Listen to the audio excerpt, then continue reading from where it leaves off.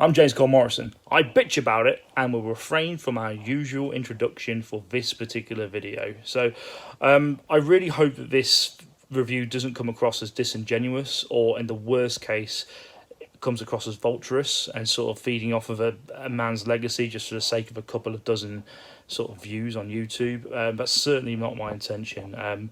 Believe it or not, I watched this film with my wife about, I'd say, 3 or 4 weeks ago, and I was sort of dabbling with the idea of doing a review on it for the Foxy Stoats channel. The only reason I didn't do it was because, well, a lot of the films that I sort of go for are sort of popcorn filler, sort of action packed, like turn your brain off, like enjoy the explosions, 90 minutes to 2 hours sort of thing. And Knives Out was 100% not like that at all. It's very thought-provoking, engaging, fantastic murder mystery, brilliantly directed, fantastically cast.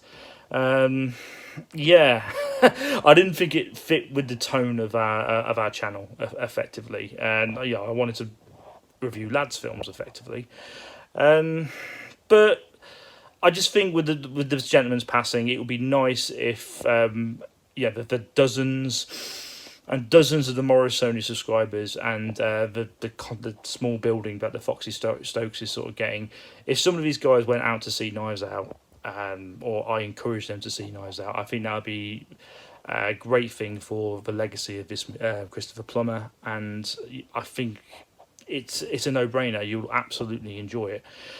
So I can't really tell you a lot about this gentleman who passed. I'm not going to pretend I was enthralled or even upset at his passing, but just looking at his filmography, and he was in some pretty decent roles, stuff that you would take for granted. So he was Captain Von Trapp in The Sound of Music. Absolutely, Christ, do I even need to say? A brilliant film, pretty much on every other Christmas. And the one credit that really stuck with me, that sort of made me smile, was that he played a villainous Klingon in Star Trek 6. Now, I couldn't tell you the Klingon's name, to be perfectly honest with you, but he was a bold gentleman. The Klingon was bold, and he had an eye patch, and he was completely infatuated with Shakespeare. Like, he couldn't stop quoting Shakespeare, and it was just one of those performances that stuck with me, and I always remember sort of the flair and just a word that's sort of escaping me now, but it's just a flamboyant performance. It really stuck out, considering the Klingons are meant to be these like rough and tough, like bastard warrior sort of types. So it was very interesting to see his sort of performance, really. And well, he comes across as effectively a method actor, really. Apart from the Von Trapp performance, where obviously he was a lot more younger and more handsomer, he seems more like a method actor, like Steven Berkoff. Like, he would always play serious roles in theatre, but he would always be like the henchman or the villain, or essentially the sort of second part sort of person. Was the sort of the main body of the work was sort of done by the A-list actors, or sort of the pretty people. So he was effectively, from what I can gather, he transformed into a proper actor, effectively, what I would like to sort of be when I grow up. So that's the best compliment I can sort of give him, and if I'm wrong in that assessment, then so please quote me in the comments and maybe tell me a little bit more about this Christopher Plummer, to be honest with you, because it would be interesting to get to know him a little bit more. But anyway, Knives Out. This was basically a compromise film, and throughout the entire Christmas period, I basically watched a shit ton of action flicks, like a shit ton of explosions, a shit ton of bodies and breasts, and just that heads flying everywhere, and like out of nowhere sex scenes and out of nowhere murder, and just a lot of gore. It's almost like a Christmas tradition. Like, we have the festive stuff, we have the kiddie stuff, and then we have the proper adult gore shit right afterwards. So this was essentially a compromise with the wife. She wanted a bit of a break, and this film proved to be a really effective palate cleanser. Like, it was a very thought-provoking, engaging whodunit.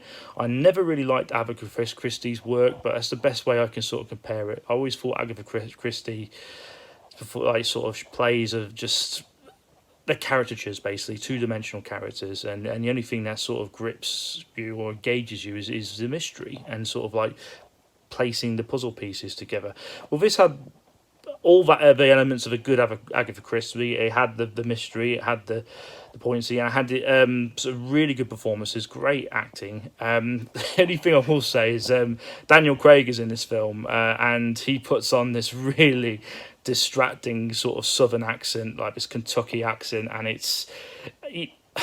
if any other accent other than an English one comes out of that man's mouth, it's very distracting.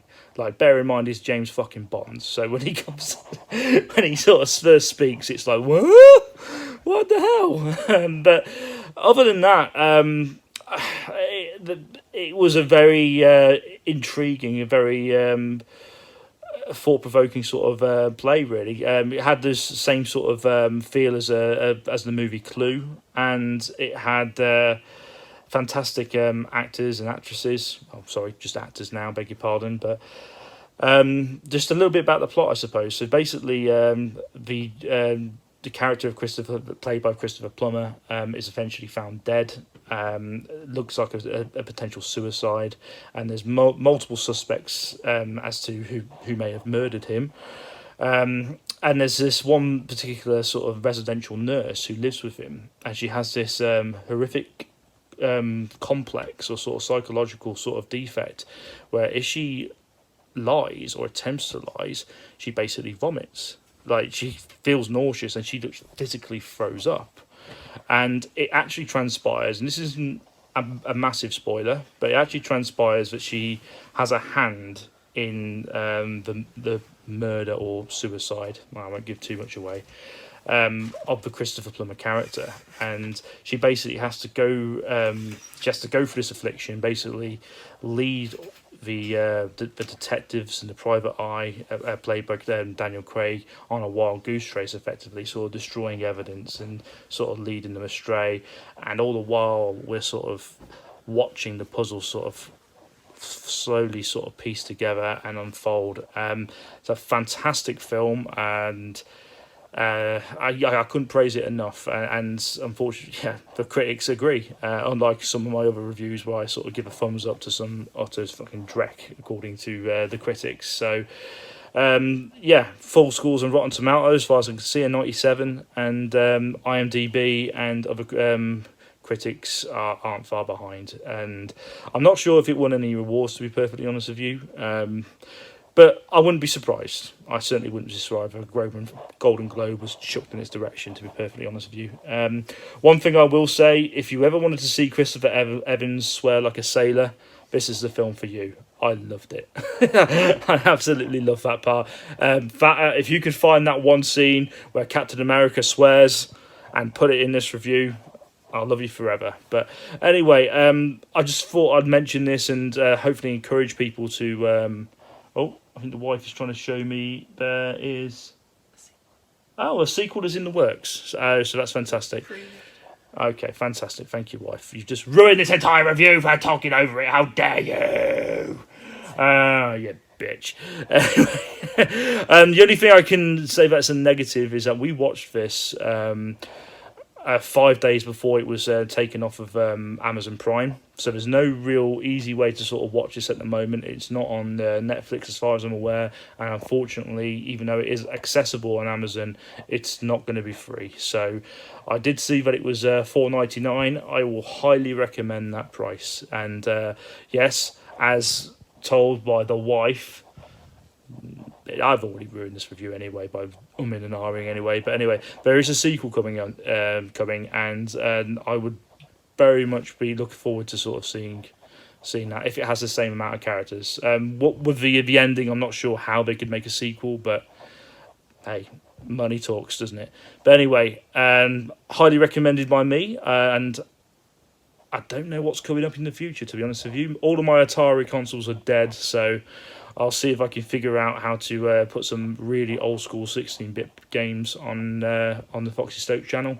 All else failing, I'll do the dirty E, get some emulation going. But anyway, take care, like and subscribe, folks, and I will see you around. Morrisonii out.